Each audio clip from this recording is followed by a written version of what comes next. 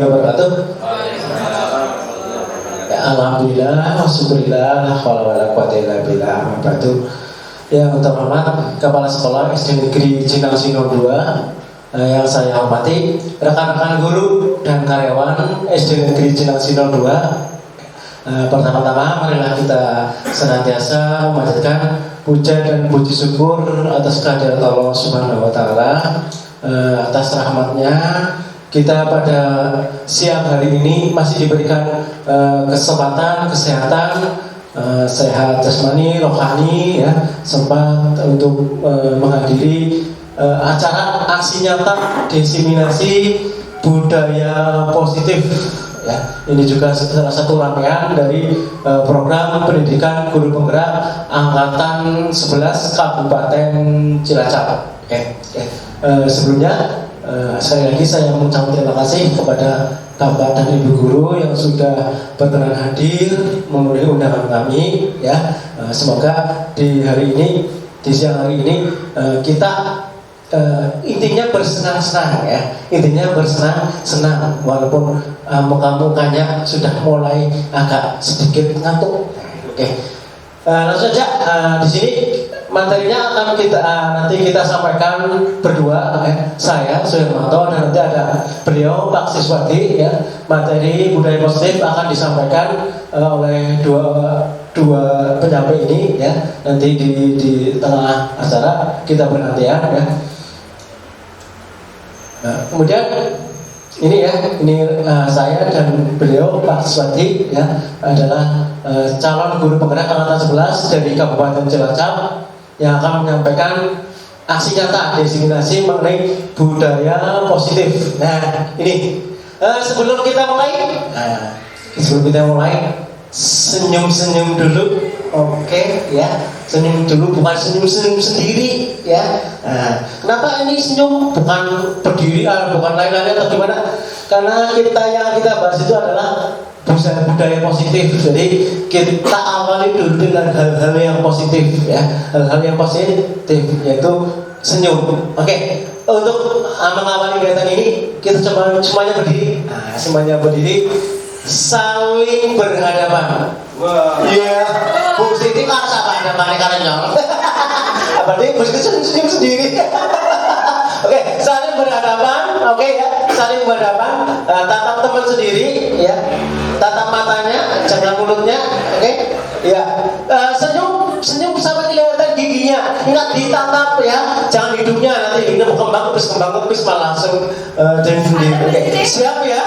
Bu Siti senyum sendiri malah. Siap, ya. Oke, saya hitung dari sekarang. Tatap teman sendiri sambil senyum-senyum. 1, 2, 3, 4, 5, 6, 7. Oke, cukup. Oke, ya, cukup tepuk tangan untuk kita semua. Cukup, ya. Iya, dia harus sendiri, ya, namanya ya, bersih, ya. Ini ngasih untuk hari ini, ya. Ini ada pemantiknya. Yang pertama, menghargai siapapun, ya. Dalam arti di sini nanti kalau ada yang berbicara, teman yang lain mendengarkan, gitu, ya. Oke, kemudian yang selanjutnya mungkin ada masukan untuk kesepakatan kita, ya. Tepat waktu, oke, tepat waktu berarti nanti kita istirahat juga tepat waktu, selesai juga tepat waktu, ya. Yang lain mungkin yang jelas pasti bahagia, ya, karena kita akan membahas mengenai budaya positif. Jadi utama kita yaitu bahagia, ya. Ya, itu berarti ini kesepakatan kita, nanti kita jalankan secara bersama-sama, ya. Kemudian materi pertama akan saya sampaikan, ya. Itu adalah profil saya, ya, sejak menempuh pendidikan guru penggerak angkatan 11, dan saya harap juga nanti menular kepada teman-teman yang lain. Tentu kita sering mendengar kata-kata disiplin, ya. Apalagi kita sebagai seorang pendidik, pasti ini sering kita dengungkan kepada anak didik kita mengenai kata-kata disiplin, ya. Disiplin positif, ya. Coba dari disiplin dulu. Disiplin itu apa, ya? Disiplin apa? Ada yang tahu mungkin? Tepat waktu atau yang lain? Ya. disiplin, menaati peraturan, taati, ya. Terus sesuai aturan yang berlaku, iya itu. Nah, disiplin positif itu sebetulnya bukan ke arah mentaati, tapi lebih ke diri sendiri, ya. Jadi melakukan hal yang menurut kita itu benar dan kita yakini, kemudian kita jalani dengan rasa senang hati. Itu disiplin positif, ya. Nah, ini saya pernah rasakan pada saat menjadi seorang wirausaha di luar ini. Jadi kalau terbiasa datang tepat waktu, ya.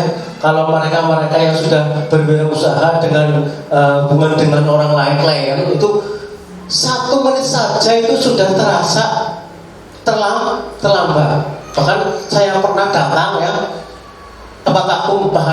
Contoh kalau kita berjanjian dengan orang jam 6. Nah, kalau kita datang sebelum jam 6 itu kan namanya positif, ya. Nah, saya pernah datang sebelum jam 6. Nah, kemudian sama beliau itu, oke Mas, kita tunggu teman kita. Coba kalau lebih dari 2 menit loh, ya, 2 menit. Kalau bagi mereka yang terbiasa berdisiplin, waktu 2 menit saja itu sangat berharga, ya. Karena ada yang bilang waktu adalah uang. Karena 2 menit saja itu berharga. Nah, yang saya harapkan nanti di materi ini juga disiplin positif ini juga menular pada diri kita, kemudian langsung diimplementasikan kepada anak didik kita, ya.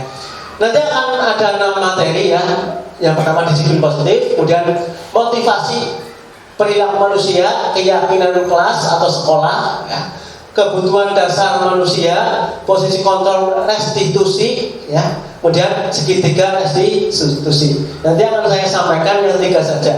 Disiplin positif, motivasi, kemudian ada keyakinan sekolah atau keyakinan kelas. Nah, disiplin positif tadi sudah kita bahas bahwa disiplin itu lahir dari diri kita sendiri, ya, itu. Nah, ini pengertiannya.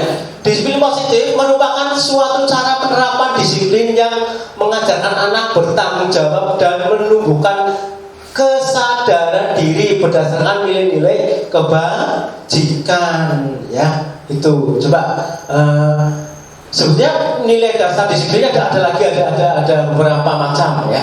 Coba disiplin positif itu berarti tadi di awal ada beberapa macam. Yang pertama dari apa dulu, ya? Disiplin positif perilaku, terus apa lagi? Dari pembiasaan, betul, Bu. Terus apa lagi? Berarti ada kebiasaan. Kalau kebiasaan berarti seperti kalau dalam sekolahan kita apa saja kebiasaannya? Asmaul Husna. Terus? Iya. Terus menyanyikan lagu wajib sebelum pembelajaran, salaman, ya. Dan nanti kalau ada tamu, ada guru baru datang, bersalaman itu juga masuk dalam disiplin positif, ya. Itu. Nah, disiplin positif lebih ke arah disiplin diri, dapat mengontrol diri dalam melakukan segala tindakan. Jadi intinya bahwa disiplin positif itu sebetulnya ada dua dalam garis besarnya, yaitu tadi dalam diri sendiri, ya. Jadi datang disiplin itu dari dalam diri sendiri. Tujuannya apa? Tujuannya supaya tidak terpengaruh pada orang lain. Jadi disiplin diri itu, ya. Beda kalau dengan disiplin dari luar, itu berarti disiplin eksternal. Disiplin yang ditekankan melalui apa? Melalui peraturan, ya. Beda dengan disiplin intern, ya. Intern itu datang dari dirinya sendiri, ya. Jadi sadar. Contoh kebutuhan untuk seperti belajar, ya. Siswa kalau sudah tahu kebutuhannya sendiri seperti bangun pagi, ya, sholat, ya, itu tidak perlu kita lakukan penekanan, ya, dengan apalagi dengan peraturan, ya. Kenapa peraturan sering yang ditekankan? Karena sebetulnya peraturan itu kan lebih ke arah negatif, ya. Karena timbulnya apa? Nanti, iya, timbulnya apa? Peraturan untuk dilanggar. Iya, peraturan nanti bentuknya dilanggar. Dilanggar itu biasanya dalam bentuk negatif. Timbulnya nanti kalau dilanggar bentuknya kekecewaan, ya. Walaupun peraturan itu dijalankan, tapi untuk saat itu saja, tidak untuk jangka panjang. Ya. Jadi manut anak bocah manut, tapi kan untuk saat itu biasanya timbulnya nanti pendendam, ya. Karena tidak lahir dari dirinya sendiri atau intern, ya.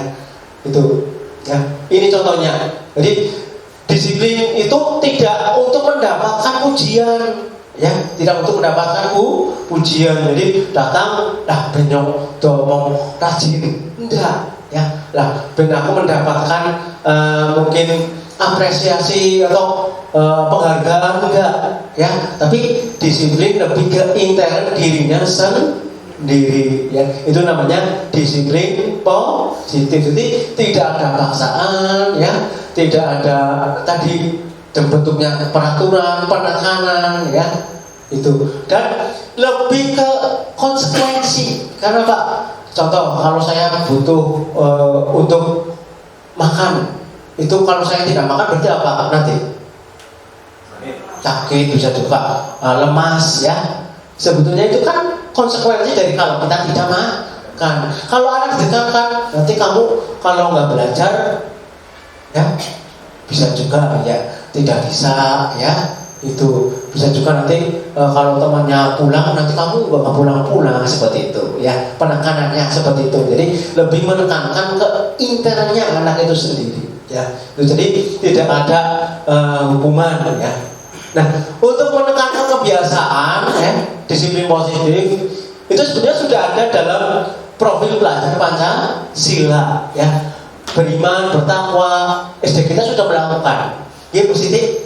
Iya, yaitu Asmaul Husna, dan sudah mulai melakukan apa? Sholat duha, sudah mulai, itu satu untuk beriman, mandiri yang sudah kita lakukan apa dalam SD kita, contoh dari pembiasaan ini dari mandiri, ya. Berarti apa? Memungut sampah mungkin juga termasuk, ya. Karena itu melatih karakter siswa itu apa? Untuk menjaga kebersihan, ya. Berkepentingan global, gotong royong, ya. Kemudian kreatif, ya. Kemudian bernalar kritis. Jadi pembiasaan, ya, disiplin positif, budaya positif itu tertuang semuanya dalam profil pelajar Pancasila. Kenapa profil pelajar Pancasila?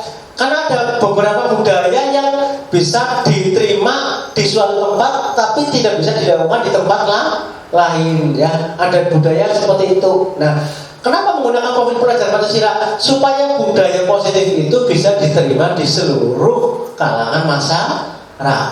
Maka menggunakan profil pelajar Pancasila. Ya, contohnya kalau budaya yang bisa diterapkan di tempat kita tapi tidak bisa diterapkan di orang lain, itu biasanya apa, ya? Pembuangan sampah itu kan juga biasanya seperti itu, ya. Ya, kalau di tempat lain belum tentu, ya, karena ada biasanya mereka programnya juga berbeda-beda, ya. Itu. Jadi intinya dalam disiplin positif atau budaya itu minimal menggunakan profil pelajar Pancasila. Nah, sekarang motivasi perilaku manusia, motivasi ada yang bisa mendefinisikan motivasi siapa, ya? Motivasi dorongan untuk apa? Dorongan untuk, ya, melakukan hal yang lebih positif, lebih baik, ya, itu. Nah, dari semuanya itu kita punya lagi menjadi tiga motivasi perilaku manusia, ya. Yang pertama, untuk menghindari ketidaknyamanan atau hukuman. Ini biasanya itu seperti berpura-pura di sini, belum adanya kesadaran dari diri sendiri, ya. Karena hanya untuk menghindari, ya, apa? Dari hukuman, ya. Jadi benyong sekolah hukum, maka kasih benyong sekolah hukum melakukan piket, Benyong Yesus tidak dihukum mengerjakan PR, tapi tidak datang dari diri sendiri ya. Kemudian motivasi yang kedua untuk mendapatkan imbalan. Ini yang sering dilakukan orang tua zaman sekarang itu sebetulnya ini. Contohnya apa? Contohnya ya. Ranking dikasih hadiah. Betul sekali untuk bantu. Jadi contoh ini yang sebetulnya bagus, cuma penerapannya masih kurang betul ya. Jadi seperti ini, nanti kalau kamu ranking 1 tak berikan sepeda. Ya seperti itu, banyak kan seperti itu ya orang tua zaman sekarang. Kemudian nanti kalau bisa juara apa, kemudian lebih tingkat lagi diberikan HP atau apa ya. Nah, budaya seperti ini itu nanti akan melekat pada anak itu bukan pada prosesnya, bukan pada prosesnya, tapi pada akhirnya. Akhirnya apa? Nanti kalau tidak dikasih hadiah imbalan, dia tidak akan melakukannya dengan benar lah. Walau ini banyak orang sih di bawahnya apa seperti itu ya. Apa nggak boleh melakukan imbalan kepada anak, boleh, tapi sekali supaya tidak menjadi tujuan utama anak itu untuk melakukan sebuah kegiatan. Nah, ini budaya inilah yang coba kita ubah untuk menjadi budaya positif ya. Jadi memberikan imbalan kepada anak ya. Kemudian seperti yang disampaikan kemarin oleh Bapak Kepala Sekolah bahwa memang kita juga tidak diperbolehkan ya untuk memberikan imbalan juga pada anak-anak yang memberikan peringkat ya, peringkat 1, peringkat 2 ya.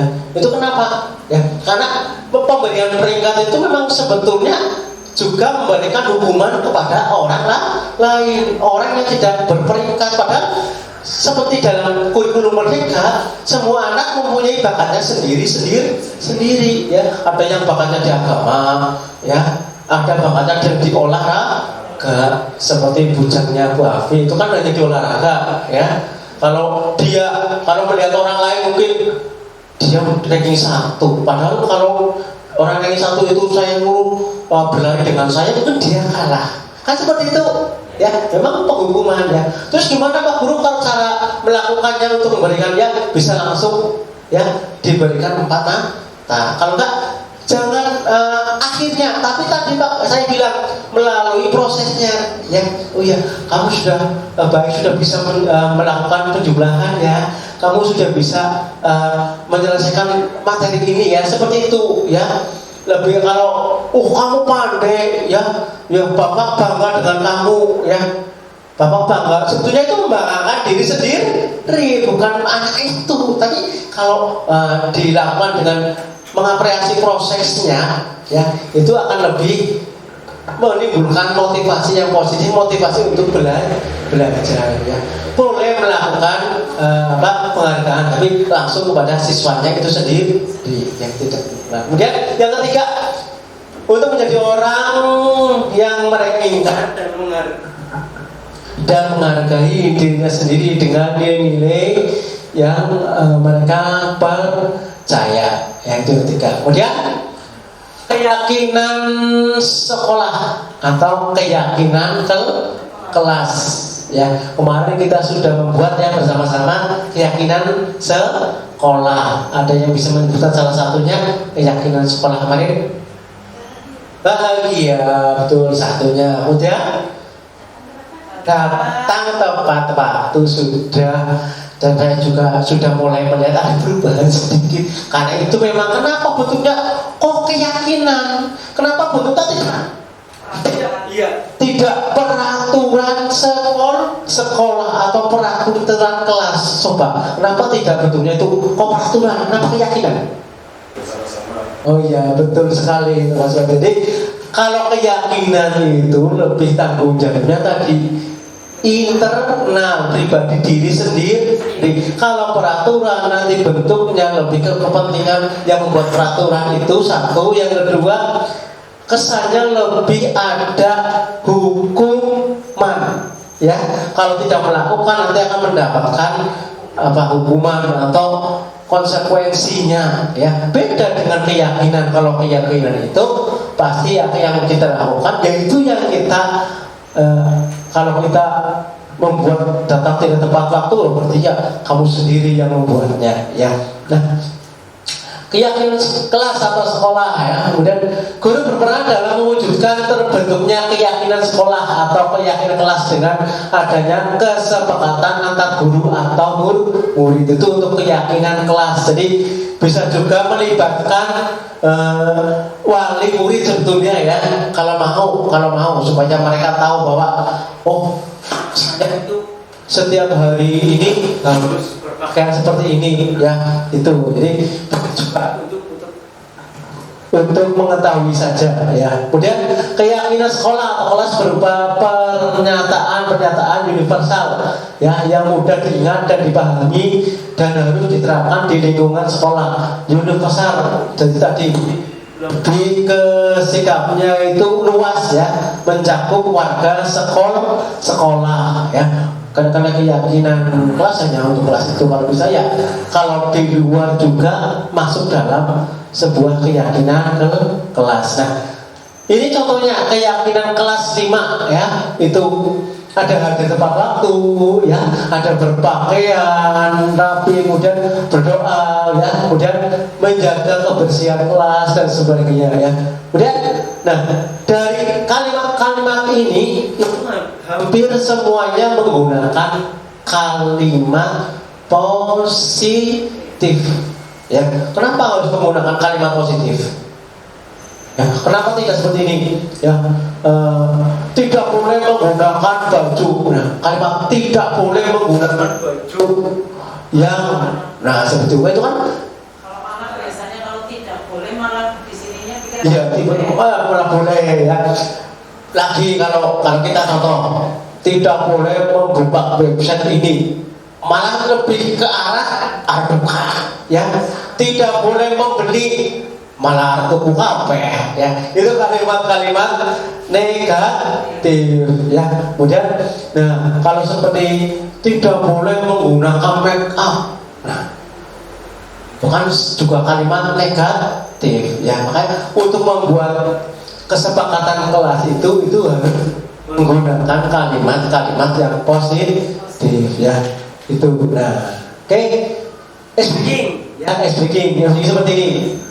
Berarti udah habis deh. Untuk speaking saling berhadapan lagi. Ya, berdiri boleh, saling berhadapan lagi. Ya. Berarti mau apa gitu? Oke, nanti akan ada 2 clue, ya. Yang 2 clue yang saya katakan, hijau dan hitam. Hijau dan hitam. Nah, yang sebelah kanan menjadi hitam, ya, hitam, ya. Yang sebelah kiri menjadi hijau, ya, hijau. Nanti yang dipanggil hitam, tangannya coba seperti orang salaman tangannya. Nah, nanti kalau bilang hitam, yang hitam kayak gini, ya, yang hijau kayak gini, ya, menghindar, ya. Kalau saya bilang hijau, yang hijau kayak gini, yang hitam kayak gini. Siap, ya? Oke, siap, tangannya siap, tangan di atas semuanya. Kita di sini. Siap, hitam. Ya, ulang lagi. Oke, siap, ya. Oke, siap. Hitam.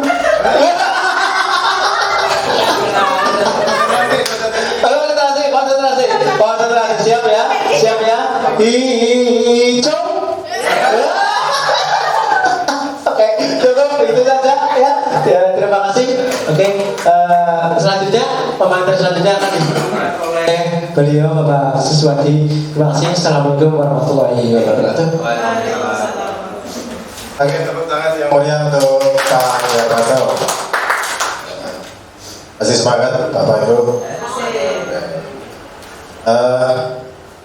Baik, untuk selanjutnya kita akan melanjutkan materi diseminasi tentang disiplin positif. Dilanjutkan nanti kalau perlu. Baik Bapak Ibu, sekarang untuk biar lebih semangat, tepuk semangat dulu, ya. Tepuk semangat. Semangat.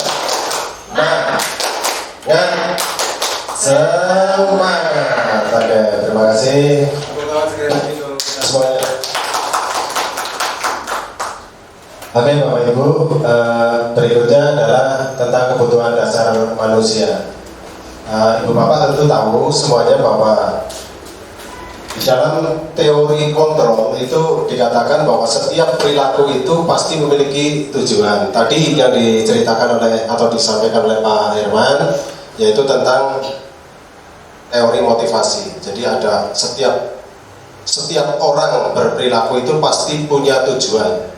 Tidak mungkin, kalau orang normal ya, tidak mungkin melakukan sesuatu tanpa tujuan. Orang ketang kudik-kudik jempol kayak Bu Musliah itu ada tujuannya. Ya, tanpa disadari itu dia punya tujuan. Tujuannya yaitu untuk iseng kesenangan, memenuhi kesenangannya. Supaya memenuhi harapannya biar tidak bosan gitu kan. Oke Bapak Ibu, ketika seorang pelit melakukan suatu perbuatan yang bertentangan dengan nilai-nilai kebajikan atau melanggar peraturan, hal ini sebenarnya dikarenakan mereka telah gagal memenuhi kebutuhan dasar mereka. Jadi kebutuhan-kebutuhan manusia itu dikelompokkan menjadi 5 nanti ya. Nah, ini kita awali dengan suatu pernyataan bahwa seorang murid yang melakukan pelanggaran atau penyimpangan ya, itu pasti dia sedang memenuhi kebutuhan dasarnya, salah satu yang 5 itu. Nah, kita sebagai guru ini wajib tahu apa sebetulnya yang diinginkan anak ini, begitu. Ini nanti akan ada kaitannya dengan mendisiplinkan anak, yaitu dengan disiplin positif. Gitu. Jadi karena ingin memenuhi kebutuhan dasarnya, mereka tidak melakukan sesuatu yang positif tapi melanggar peraturan. Nah, ini kebutuhan dasar manusia dikategorikan menjadi 5. Yang pertama adalah kebutuhan untuk bertahan hidup atau survival. Kemudian kasih sayang atau rasa diterima, dalam bahasa Inggris disebut love and belonging. Kemudian penguasaan atau power, kemudian kebebasan, ya, kemudian kesenangan atau fun, gitu. Jadi tidak lepas dari 5 ini, antara bertahan hidup, kasih sayang, penguasaan, kebebasan, dan kesenangan. Ya, kemudian berikutnya, ini ada studi kasus. Bu Musliah, guru wali kelas 2 sedang bingung menghadapi ulah salah satu murid di kelasnya yang bernama Tommy. Beberapa anak telah mengeluhkan Tommy seringkali meminta bekal makan siang mereka dengan paksa. Jika Anda menghadapi situasi seperti Ibu Musliah, apa yang akan Anda lakukan? Menurut Anda, kira-kira apa alasan Tommy melakukan hal itu? Coba Bu Musliah. Iya, kan jadi enggak? Coba. Dianalisis, terus kira-kira, mungkin baru kira-kira, nggak apa-apa, nggak tepat juga nggak apa-apa. Terus pertama yang akan Ibu lakukan itu apa? Kalau menemui murid seperti Tommy, perilaku. Malah Pak, kalau jajan pulang bakal lepas tidak. Jadi dari 5 kasus tadi butuh apa? Yang pertama ini aja apa yang akan Anda lakukan yang pertama? Yang pertama, memanggil siswa tersebut, ditanyakan apa yang memotivasi untuk melakukan hal itu. Terus kira-kira alasan yang akan dikemukakan kamu itu apa? Ini baru kira-kira aja. Kemungkinan tahan hidup bisa, atau juga kasih sayang juga bisa. Terus lagi kemungkinan lain? Dimakan. Tidak makan. Ya, oke. Tangan Bu Musliah ya. Jadi kalau Bu Musliah menghadapi hal seperti ini, beliau akan bertanya terhadap si Tommy tersebut, apa sebetulnya yang diinginkan dengan perilakunya itu? Alasannya apa? Nah, terus jawaban Tommy kira-kira apa? Yaitu, ya kemungkinan bisa saja terjadi. Nah, alasan yang pertama karena lapar, ya, bertahan hidup betul. Jadi karena dia lapar, kepengen makan, dia harus meminta kepada temannya. Karena orang tuanya tidak membawakan bekal. Nah, kebutuhannya adalah untuk bertahan hidup. Jadi guru tidak boleh menghakimi perilaku seorang anak tanpa melakukan suatu observasi, gitu ya. Jadi mesti harus ditanya dulu apa alasannya. Jangan langsung menyalahkan, gitu loh. Begitu lihat Tommy laporan dari teman-temannya, oh ini Tommy sering minta ini bekal kita sering diminta Bu, langsung kan bocah nakal pancen, bocah berangasan dan sebagainya. Jadi menjudgment perilaku anak tanpa mengetahui latar belakangnya itu adalah perilaku yang kurang pas. Jadi bagi guru kita nanti akan melakukan itu benar tadi, tepat sekali wawancara ya. Kemudian yang kedua, karena merasa senang temannya jadi memperhatikan, jadi tadi kepengen diperhatikan, cari perhatian atau jadi kasih sayang dan rasa diterima. Ketika temannya melaporkan tindakan itu pada gurunya memberitahu orang tua sehingga orang tuanya memperhatikan, maka kebutuhan dasarnya adalah kepingin disayang oleh orang tuanya, oleh gurunya gitu. Itu salah satunya. Kemudian kepingin supaya temannya menjadi takut, ingin menuruti keinginannya. Jadi ketika Tommy itu ingin jadi penguasa di situ. Nah ini kekuasaan. Jadi nanti treatment dari gurunya itu beda-beda. Apa yang harus dilakukan oleh gurunya untuk mengatasi anak ini sesuai dengan kebutuhan dia kan gitu.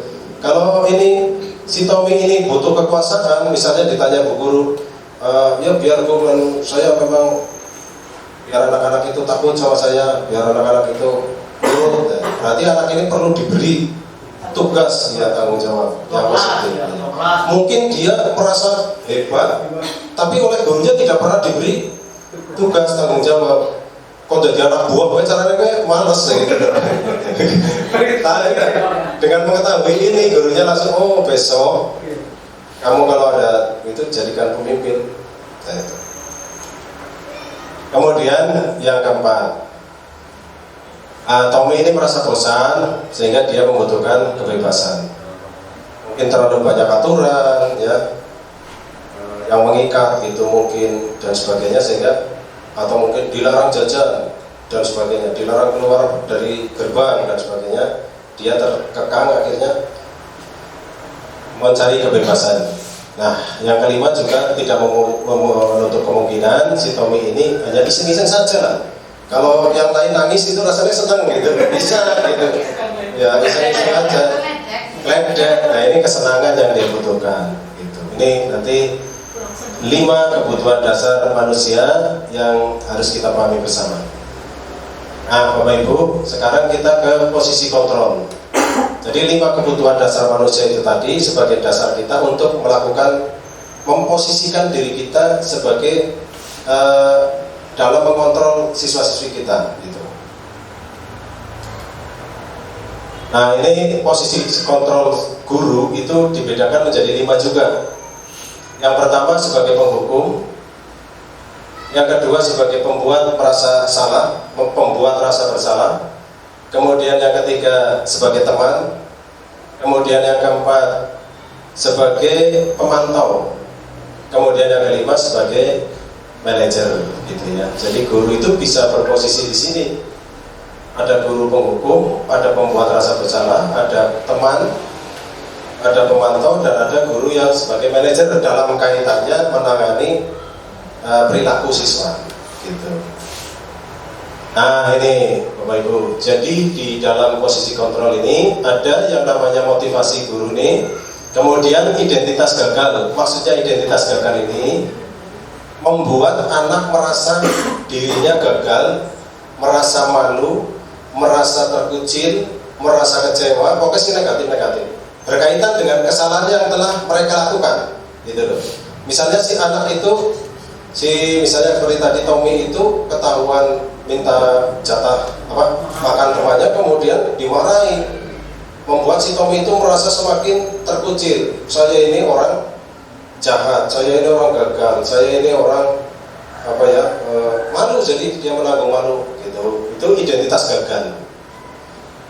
Kemudian kalau identitas berhasil atau identitas sukses adalah seseorang itu nanti akan merasa memperbaiki rasa malunya itu berubah jadi rasa percaya diri, kembali ke percaya diri bahwa saya itu bukan orang yang jahat, saya itu hanya melakukan kesalahan biasa gitu, saya bisa memperbaiki diri, itu identitas sukses. Tetapi kalau posisinya teman dan pemantau, nanti identitas sukses itu masih membutuhkan kontrol dari luar, ya. Tapi kalau nanti identitas suksesnya itu guru melakukannya sebagai manajer, maka diharapkan siswa itu berhasil atau sukses tapi berdasarkan kontrol diri. Jadi maksudnya anak itu merasa berhasil, merasa sukses mengatasi masalahnya sendiri, gitu. Jadi nanti ada kaitannya. Ini salah satu contoh-contoh perilaku guru sebagai penghukum, ya, menghardik, ya, membentak, ya, menunjuk-nunjuk, menyakiti, menyindir. Guru itu perbuatan guru itu, guru berbuat menghardik. Kemudian guru berkata, kalau kamu tidak melakukan, awas ya, rasakan akibatnya ini. Mengancam, ya. Kemudian hasilnya apa? Anak itu menjadi pemberontak, menyalahkan orang lain, kemudian dia berbohong. Nah, terus kaitannya dengan dunia berkualitas. Dunia berkualitas itulah dunia impian kita, dunia yang kita inginkan, keadaan yang seperti yang kita inginkan, idealnya seperti apa ini? Impian-impian kita, dunia berkualitas ini. Murid meletakkan guru di luar dunia berkualitas. Jadi murid tidak menganggap guru itu sosok yang diinginkan karena penghukuman itu. Kemudian murid akan berkata, biarkan saja, nanti juga marah-marah lagi, biasa gitu. Itu akibatnya, ya. Kemudian dampak pada murid akan mengulangi kesalahan. Jadi ternyata murid dihukum itu tidak membuat dia jerah, tidak punya efek jerah, tapi suatu ketika dia malah, saya sudah biasa kok dihukum. Itu kan bahaya sekali seperti itu, ya. Itu kan teori, ya, seperti itu, ya. Tapi dalam prakteknya kejadian dan kejadian itu, panjenengan mungkin memiliki pengalaman yang berbeda. No problem, nggak masalah gitu. Teori itu tidak boleh dipaksakan kepada orang lain. Gitu. Jadi ini teori dari William Glasser ini seperti ini, Jan. Kalau panjenengan membantah, enggak begitulah. Saya juga sering menghukum anaknya jadi malu, jadi bagus. Yaitu nggak apa-apa, tapi ini teori yang sedang dikembangkan dalam pembelajaran kita di disiplin positif itu seperti ini. Gitu, ya. Kemudian bagaimana guru yang membuat rasa bersalah? Ini contohnya. Gurunya berceramah dan mengatakan seharusnya begini. Ibu guru kecewa dengan kamu karena begini. Gitu. Itu anak muridnya itu merasa jablas sama gurunya yang salah.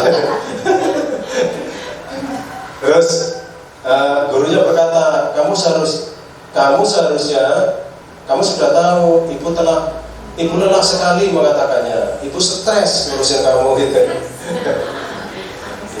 Gitu, ya. Kan sudah ibu bilang, masa seperti itu aja kok, gitu.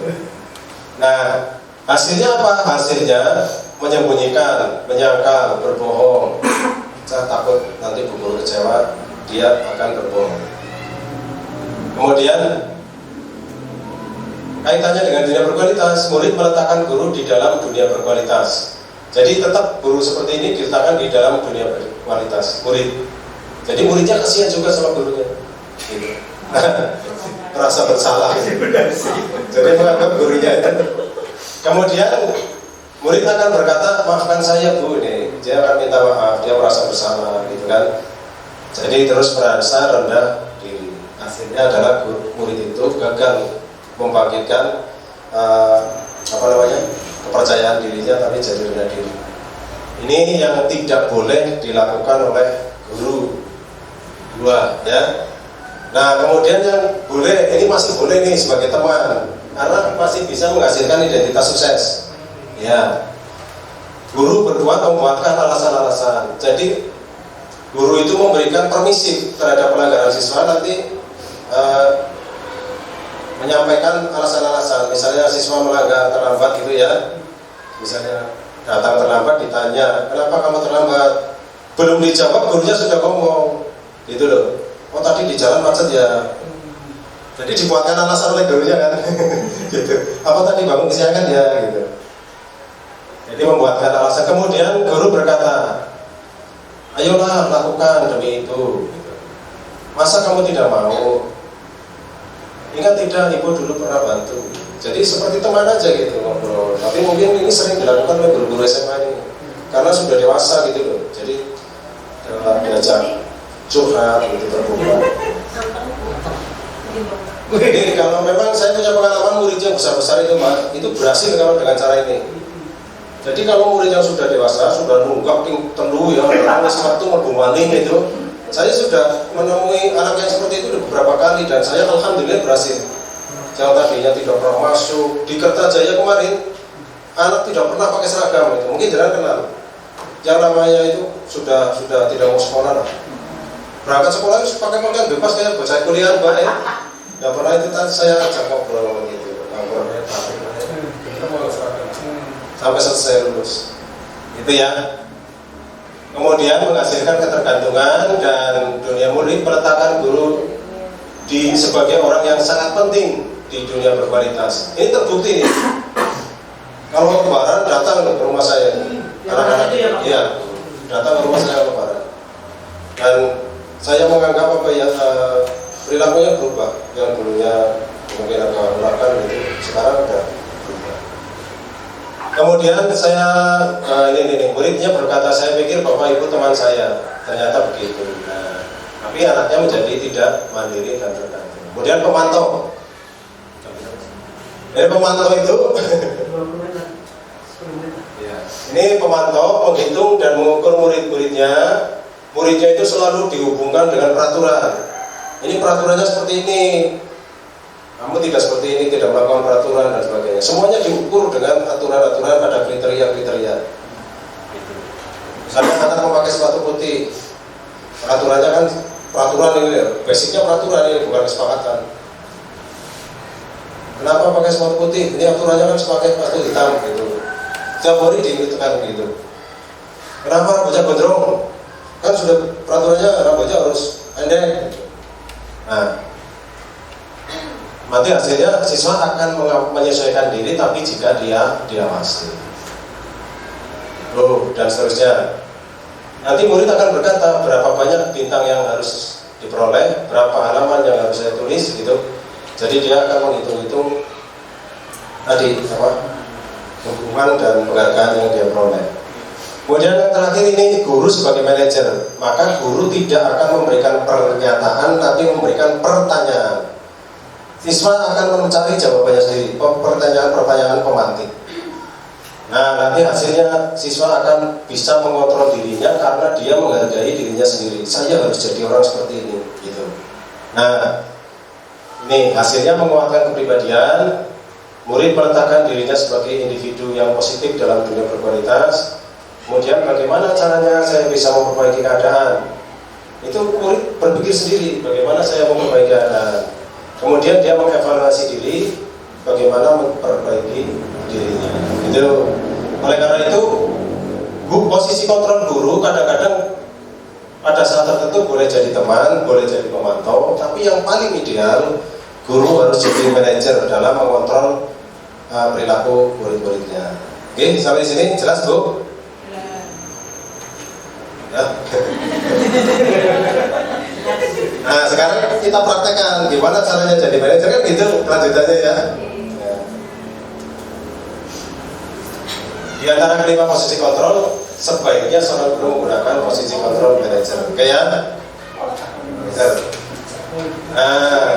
sebagai manajer, guru dapat membuat sesuatu bersama murid, mempersilahkan murid bertanggung jawab, dan mendukung murid agar dapat menemukan solusi dengan pertanyaan-pertanyaan. Nah, ini. Selain itu, posisi manajer mengacu pada restitusi. Apa itu restitusi? Tadi kan ada hukuman, konsekuensi, restitusi. Kemarin saya sudah menjelaskan ya. Hukuman itu diberikan tanpa melihat kesalahannya apa. Kesalahan yang ngalor, hukumannya itu, orang nyambung. Gitu ya, kemarin sudah saya contohkan. Misalnya membuang sampah, hukumannya push up. Gitu ya kan orang nyambung. Nah, kalau konsekuensi ada hubungannya. tapi bukan dari diri siswa itu. Misalnya lihat anak membuang sampah sembarangan, tapi harus sana, gitu kan? Itu namanya konsekuensi, betul sudah, tapi belum tepat karena diperintah, gitu loh. Oke, belum jadi manajer guru itu, jadi pemantau tadi, ya.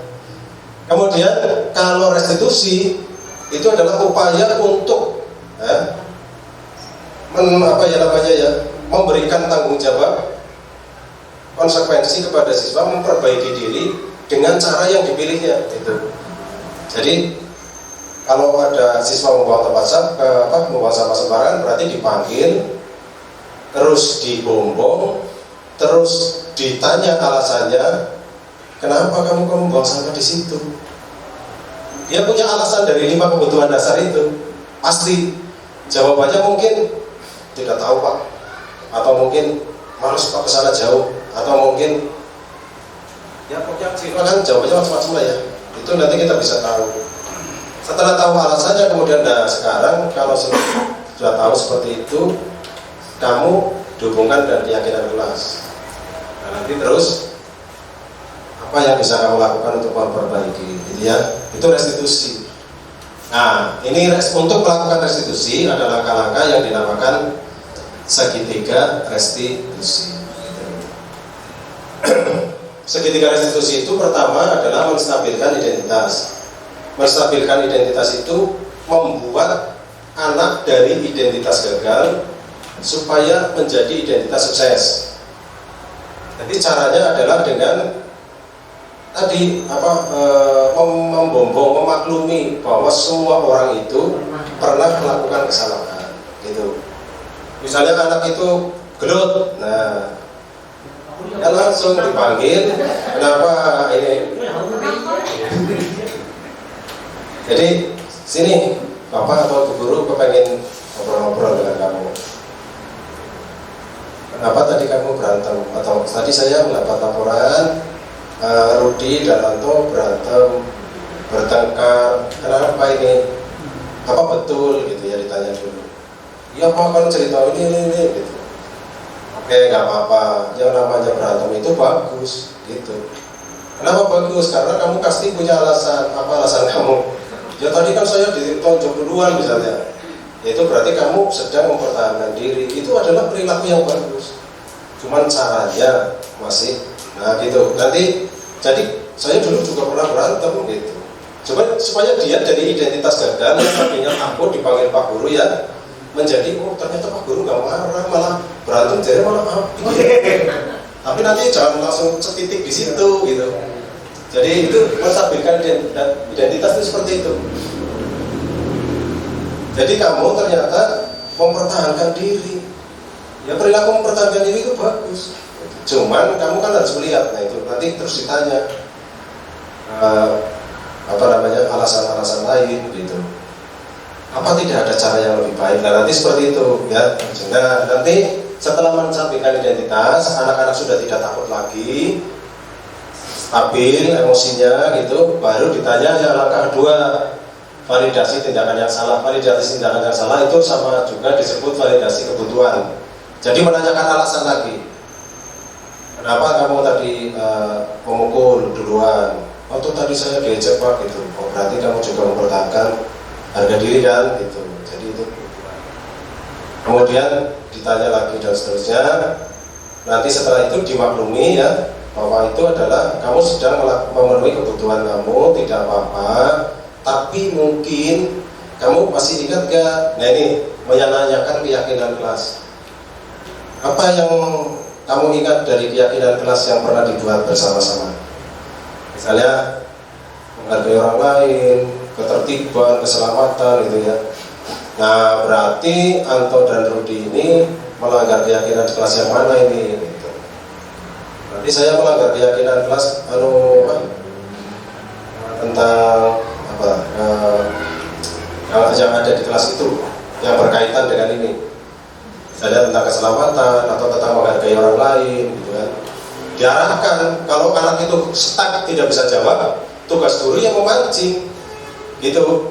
Jadi bukan tadi kan sering guru itu kan sering mengatakan gini, ya angin pak mau bocah kelas 2 SD diajak restitusi seperti itu bisa jawab, diajak gitu ya, diajak ngobrol ya bisa ini ya, yang biasa pegang kelas rendah ya, saya belum pernah, jadi bisa, ternyata bisa loh.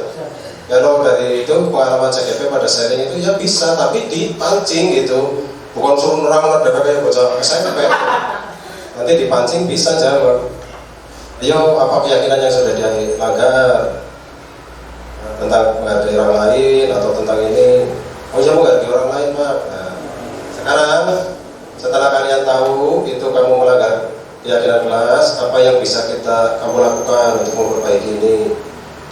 Misalnya mandek orang bisa ngomong ya, apa kamu mau minta maaf? Itu dipancing.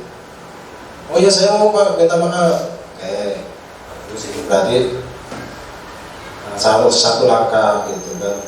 Ini menanyakan keyakinan, kemudian diteruskan dengan anak itu dipancing untuk konsekuensi, memperbaiki diri dengan membayar lah istilahnya ya, dalam tanda kutip konsekuensi.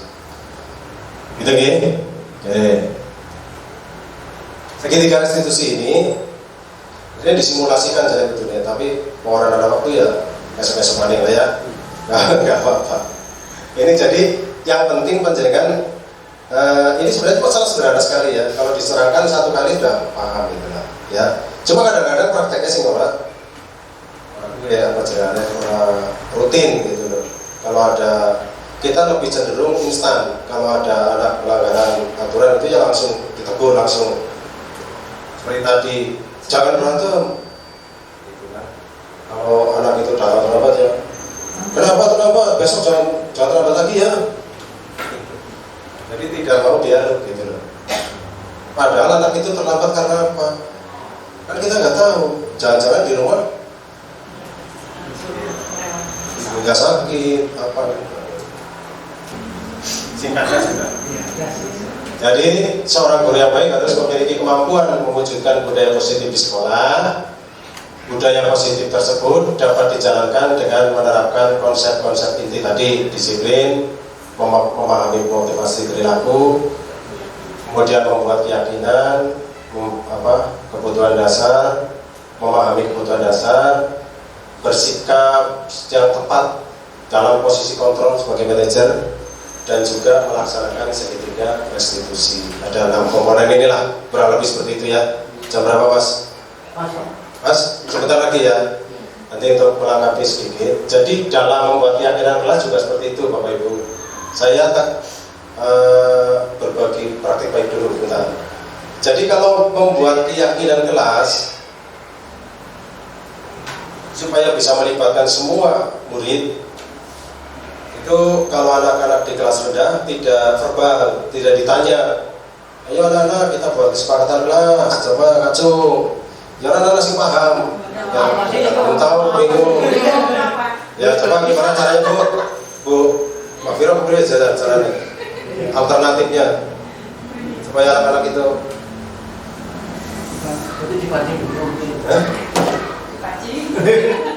jadi Bapak Ibu bisa menggunakan daftar kata ya, daftar kata peraturan. Jadi peraturan itu nggak jelek, awalnya semuanya dari peraturan Bapak Ibu, cuman peraturan itu nanti akan kita ubah jadi kesepakatan gitu. Jadi Bapak Ibu boleh menulis peraturan dulu. Nah peraturan dulu ya, misalnya datang tepat waktu, terus satu pakai pakaian seragam, ditulis yang kira-kira bisa dipahami anak lah ya. Saya harus mandi sebelum berangkat sekolah ya boleh, semuanya ditulis sebanyak mungkin. Nah nanti setelah itu dibaca bareng-bareng, anak-anak suruh milih, silakan milih bebas 3 semuanya, nanti dihitung. Nah sing jadikan kesepakatan kelas itu jangan banyak-banyak, naik bocah kelas loro, telu, papat cukup ya. Kita tidak bisa membuat anak-anak itu menjadi hafal semuanya gitu, paham semuanya. Jadi sing sederhana 3 atau 4 saja kesepakatan itu yang Bapak Ibu anggap paling penting ya, paling substantif lah untuk anak-anak gitu ya. Nanti kan dia akan dilanjutkan di kelas 2 gitu. Jangan khawatir gitu, jangan ngurung ini dia jangan ada apa jangan misalnya budaya sopan ngurung anak ya. Tapi nanti dia sekolah kan bukan cuma setahun, nanti ada lagi gitu. Nah, yang sedikit itu nanti dijadikan kesepakatan kelas. Sebetulnya kesepakatan kelas dengan keyakinan kelas itu agak beda sebenarnya. Cuma kadang-kadang ditulisnya di situ menjadi sesuatu yang sama. Bedanya gini, kalau kesepakatan kelas itu detil yang ada di kelas itu. Jadi belum universal, gitu tadi disampaikan Pak Heru. Kalau keyakinan kelas itu berasal dari kebijakan universal, kebajikan universal. Kebajikan universal itu adalah satu nilai kebajikan yang sudah diterima oleh seluruh umat manusia di dunia. Ya, contohnya Bung Atun bikin aturan begini, tidak boleh bersalaman dengan lawan jenis. Gitu. Itu boleh nggak di kelas? Dilakukan di kelas boleh nggak itu? Kesepakatan itu. Kalau dalam konteks sekolahnya Bu Atun, sekolah negeri, sekolah inklusi, ya tidak boleh, ya kan? Karena tidak universal itu tadi, tidak bisa diterima di luar sana. Tapi mungkin di sekolah-sekolah yang eksklusif, sekolah-sekolah khusus keagamaan, mungkin diterapkan itu. Boleh-boleh saja di lingkungan sekolah itu. Nah, anak itu diberi penjelasan bahwa ini kesepakatan kelas, bukan keyakinan, gitu loh. Kalau sudah jadi keyakinan berarti harus yang sudah universal. Nah, nanti keyakinannya berarti menghargai orang lain. Dalam hal apa? Dalam hal melaksanakan kegiatan ibadah, gitu ya, maksudnya. Jadi kesepakatan kelas itu detil-detil perilaku yang diharapkan disepakati di satu kelas. Misalnya bisa dilarang makan di kelas, bukan dilarang. Kesepakatan itu peraturan, kalau dilarang itu peraturan. Misalnya makan pada saat istirahat, makan di luar kelas, misalnya dan sebagainya. Itu sampai detil boleh kesepakatannya.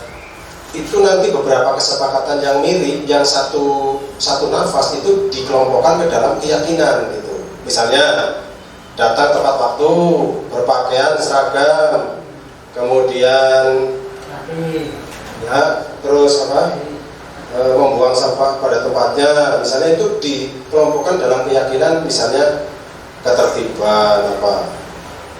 Jadi kalau ketertiban, kebersihan, keselamatan itu kan sudah universal, tidak ada mungkin manusia yang menolak itu, ya kan? Kan begitu. Jadi keyakinan itu kalimatnya pendek, bersifat universal dan umum, agak umum gitu. Tapi kalau kesepakatan kelas itu sudah penjabaran caranya. Itu menurut pemahaman saya. Nanti kalau jenengan punya pemahaman berbeda nggak apa-apa. Jadi kita tidak harus sama, ya dalam hal seperti ini tidak harus sama. Boleh berbeda itu boleh, nggak apa-apa. Gitu ya. Jadi saya tutup ya. Sekali lagi terima kasih kepada Bapak Ibu semuanya yang sudah mengikuti kegiatan diseminasi ini. Baik, kita akhiri dengan pantun ya. Pantun dulu. Hah? Iya, pantunnya apa ya? Oh, jangan. Pergi ke pasar membeli minyak. Jangan lupa membeli terasi. Terima kasih Bapak Ibu Guru sudah menyimak. Mudah-mudahan bermanfaat untuk generasi. Oke, terima kasih. Assalamualaikum warahmatullahi wabarakatuh.